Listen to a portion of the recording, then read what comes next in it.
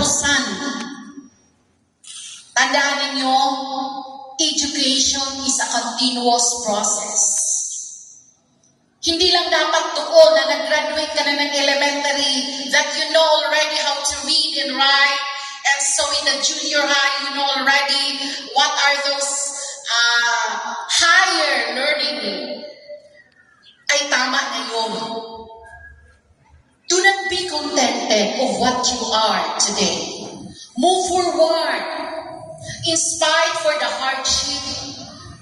Kung ano man yan. Huwag bumigay agad sa mga suliranin na ating nadanasan noon pa. Kasi education is the best antidote for poverty. Edukasyon lamang ang makahango sa atin mula sa kahirapan. Wala na pong iba.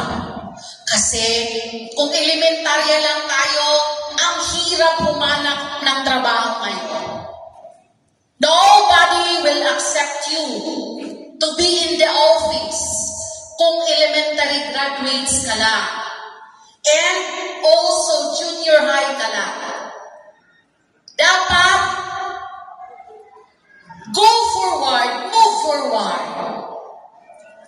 Ang dami ng mga professionals from the ALS, from the ALS graduates na who are now teachers.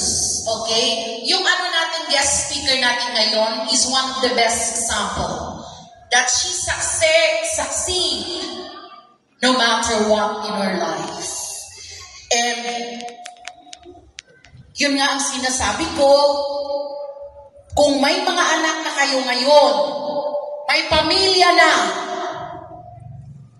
ipagpatuloy ang pagkamit sa ating mga hinaharap sa buhay na magiging successful tayo para ang mga anak natin pagdating ng panahon ay hindi dadaan sa hirap na ating dinanas na. Maliwanag ba yan, dear graduates? Sana i-engrave yan sa puso ninyo at laging itatak sa isipan na kayo din ay may magandang kinabukasan. Good morning, everyone. Thank you.